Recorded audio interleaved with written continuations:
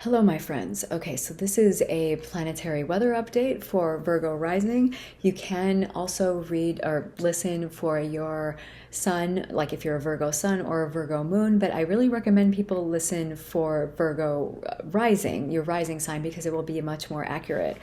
Um, so that's my disclaimer. So basically, this is July 21st through 24th. It could be the rest of, maybe 25th, but I'm focusing on that time because it is more active in the sky. So what is happening is the overview is Jupiter is kind of having its like last hurrah in Pisces, where it's like clinking glasses and having this party kind of moment with Venus, and that's going to be great. I'm going to talk about that. It's in retrograde. It's going to be going into a different house next week. And also we on Friday, we're going to have a full moon in Aquarius and how that works with your chart. So Jupiter is a planet of expansion and opportunity and possibilities and options, luck, and the idea of more and like seeing the bigger picture of things. So this is all good stuff and we want that stuff. It has been in Pisces for about 2 months.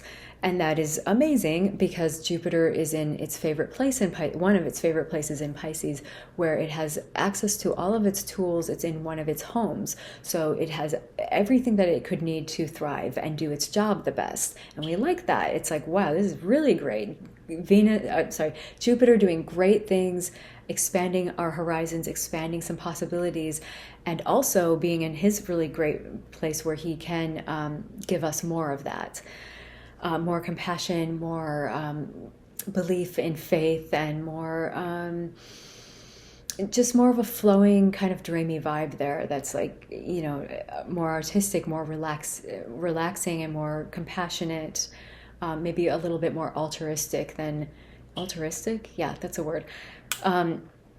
So that has been happening in your seventh house of relationships, one-on-one relationship, either business or romantic. And that is good. Jupiter in Pisces in your seventh house, that sounds good. Possibly even bringing in other partners to the situation because Jupiter is expanding. So I'm thinking maybe something expanded with an existing relationship or partner, business partner, or something has been brought into the picture that wasn't there before. Jupiter is in reverse right now. He's going retrograde. He's backing up, and that's cool. Planets do that. When he gets to next week, he's going to back into Aquarius. So he will be regressing back into Aquarius. And that's not exactly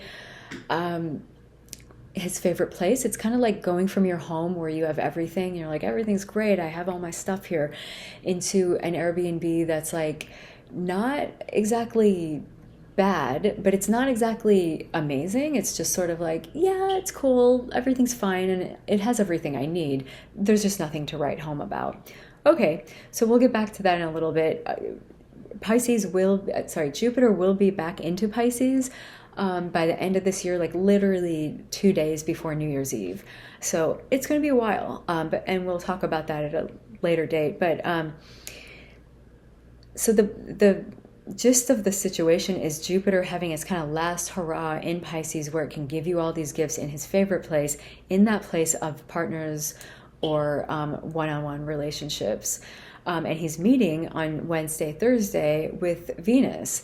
And Venus is like love, harmony, bringing people or things together, beauty, values, how we find pleasure in the world, worth, and money. And so those two coming together are really great. This is happening in that seventh house of relationships. And then in your first house, Venus going into your first house of self, identity, possibly your body or your appearance. So this is really good. Like Jupiter into your first house, Venus into your first house is like maybe revamping how you look, revamping what your identity is, like in a way that is kind of it's just getting like kind of a Venusian boost. Like you might, when I have Venus in my first house, I always find like the best clothes on sale or something, or like at a thrift store, or you might feel or look better. It might be the time to like take more headshots or something, like Venus into your first house. Anyways, that is a good thing. This is all, Wednesday, Thursday. This is great energy. This harmonious coming together, support, luxury, extravagance. It could be expansion of beauty or values. Good flow of just the balance between self and then the other, the partner, and all of this expansion. It could be a little bit overwhelming though, with like maybe a sense of overconsumption, overindulgence, overly inflated somehow. Like, it's great, it's good, but Jupiter has a way of being like, I'm gonna load up the plate with even more, and it's like, wait a minute, we don't need that. Like, it was good, and everything was fine, but we don't need to go that crazy. And there's a kind of that feeling here of maybe going a little too crazy, where you're like, I ate too much, I drank too much, I extended myself too much in this relationship. The balance between me and what I'm giving to someone else. This could be a little, you just want to watch out for that. Like, don't overextend yourself. Don't, go too overboard, because you might have to pay the price later. But all in all, Jupiter's last hurrah, clinking glasses with Venus. This is wonderful. The next day, Friday, you will have the full moon in Aquarius. Everyone's having that, and in your 6th house. So Aquarius full moon is kind of like bringing a harvest kind of moment, or a culmination, kind of like, okay, let's look at where we are now with this situation of the 6th house, which is health or healing. It could also be hard work that you have to do, like a daily service of some type, or like maybe something you're not getting paid for, but you're doing it out of the goodness of your heart, or a charity. Or it could deal with animals, small animals, or people that work under you. But that full moon is kind of like bringing something to light and bringing it to a full kind of, we're at this full pendulum swing here.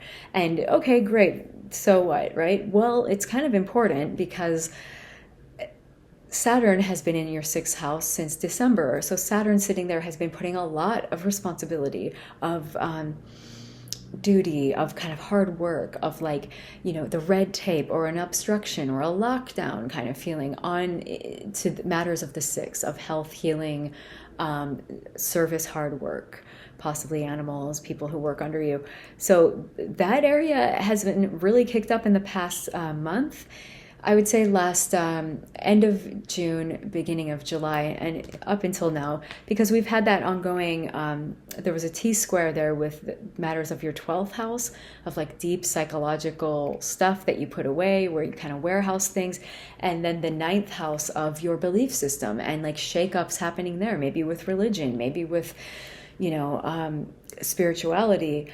So that Saturn point has been there. It has been kicked up with things happening to it, and it will continue to be there with that Uranus, the Saturn Uranus, the 6th house of health, healing, hard work, and the 9th house of belief system, religion, possible guru, or a bigger belief system. That will still remain this year and then into next year. So this full moon is kind of like, hi, we're having a glowing moment here, showing you that Saturn is waiting and like you have to come back to what is needed of you in the 6th house of healing, health, possible hard work, service. And that's not the worst thing in the world. I'm just pointing out that it's not exactly a full moon that's just like, okay, whatever, goodbye. It's bringing us back to, hey, remember this? We got to come back here.